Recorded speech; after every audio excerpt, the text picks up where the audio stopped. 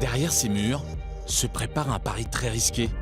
Le Tube a infiltré les coulisses des préparatifs d'une nouvelle chaîne, BFM Paris. 3, 2, 1, générique. Bonjour Paris, l'essentiel de l'info ce matin avec la météo, ciel variable ce mercredi sur l'ensemble du bassin parisien. Un BFM 100% local dédié à l'Île-de-France. Voici les deux visages qui incarneront cette chaîne tous les matins, Aurélie Blonde et Maxime Conny. On va faire de l'info de proximité, donc plus de trafic, plus de météo, plus d'informations concernantes du quotidien, que ce soit aussi d'informations culturelles. Toute la question c'est de se dire, on ne va pas tourner que des sujets parisiens, on va sortir de Paris, passer le périph' pour aller dans les départements d'Île-de-France. Et à l'antenne, ça ressemblera à ça. Bonjour Paris, bientôt 8h. Voici les titres. Et un mardi matin compliqué sur les routes pour les Franciliens. 255 km de bouchons. Sur le terrain, les reporters aussi se préparent, avec un matériel plutôt étonnant, un smartphone. J'ai juste à faire un focus, je peux régler le diaph, et ensuite je suis prêt à tourner, c'est parti. C'est un objet du quotidien et on l'en fait un objet professionnel. En tout, 37 journalistes. Voici le directeur de la rédaction de BFM Paris. La chaîne émettra 24 heures sur 24. Après la matinale de 6h à 9h, on est en toute image, donc avec des sujets qui sont sans arrêt renouvelés, la hiérarchie est revue, etc. Mais on a aussi la possibilité de solliciter en direct un reporter sur le terrain. Mise à l'antenne le 7 novembre prochain. Et si BFM fait ce pari très risqué, c'est qu'ils veulent imposer en France ce qui cartonne aux États-Unis, les chaînes d'infos locales en continu. We now know the identity of an 18-year-old college student from West Babylon. Avec comme modèle News 12, qui appartient comme BFM au groupe Altis. News 12 touche presque 4 millions de foyers. Couvrir l'actualité locale de notre communauté et fournir l'information que personne ne peut obtenir sur une autre chaîne que la nôtre.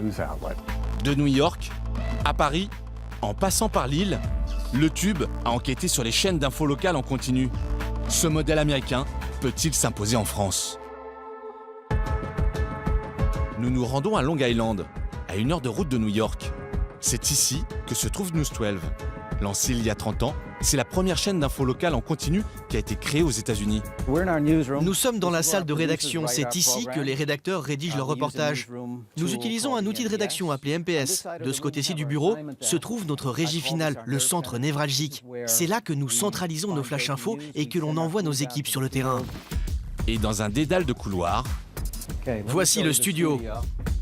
Des moyens impressionnants pour une chaîne locale. Nous avons 6 caméras, le mur météo est ici, nos météorologues se préparent de ce côté-ci du studio, et puis voici le plateau principal du journal. Et justement, la star de la chaîne s'apprête à prendre l'antenne. Carole Silva, la présentatrice aux 2 Emmy Awards. I'm Carol Silva, and developing now in Nassau, police are looking for the men, 4 men in fact, behind a violent home invasion in Elmont. Well, there's some big news if you're a skier or a snowboarder on the island. Killington opened today. Au programme, des actus locales, mais pas seulement. We are finally just 2 weeks from Election Day. Hillary Clinton is still leading in the polls as Donald Trump takes media coverage into his own hands. À la sortie du plateau, Carole Silva nous explique la ligne éditoriale de News 12 Long Island. Que représentent les propositions fiscales de Donald Trump pour Long Island? Que représentent les propositions fiscales d'Hillary Clinton pour Long Island? Qu'est-ce que cela va coûter à votre famille? Les gens sont intéressés par les informations nationales et internationales. Nous abordons ces sujets, bien évidemment. Mais lorsque nous pouvons parler d'un sujet concernant notre communauté, c'est ce que nous faisons. News 12 dispose d'importants moyens pour traiter l'actualité locale en continu. Elle possède même un hélicoptère. Voici le patron de News 12. Cette chaîne d'infos locales en continu est-elle rentable? Je ne peux pas vous donner de chiffres sur nos audiences ou vous parler des recettes publicitaires, mais nous nous en sortons très bien et nous sommes en croissance. Cela doit être rentable vu qu'ils ont décliné la marque News 12. Il existe une chaîne News 12 pour Long Island, pour le Connecticut, Westchester, le New Jersey, Houston Valley. Il existe aussi 2 chaînes News 12 pour le Bronx et Brooklyn. Toutes se focalisent sur leur zone de proximité. Et c'est pour cela qu'elles peuvent fournir des informations locales très détaillées. Et c'est ainsi que nous sommes devenus très précieux.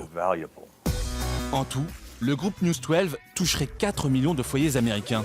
Mais ce modèle est-il importable en France? BFM Paris arrivera-t-il à convaincre les téléspectateurs? Retour en France. Depuis 7 ans, près de Lille, il se trouve qu'une autre chaîne essaie d'imposer ce modèle. Nous sommes à Grand Lille TV. La journée commence par la conférence de rédaction. Alors, Gidil va partir avec Alexis cet après-midi. Festival du jazz, Tourcoing, un petit peu de culture. Voilà, puis c'est sympa, c'est populaire.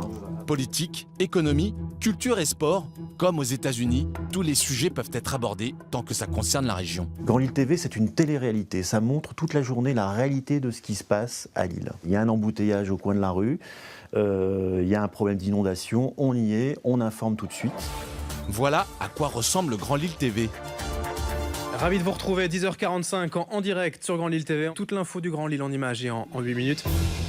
Adrien Lanois est le présentateur de la matinale. Contrairement à sa consoeur américaine, il ne bénéficie pas d'un traitement de star.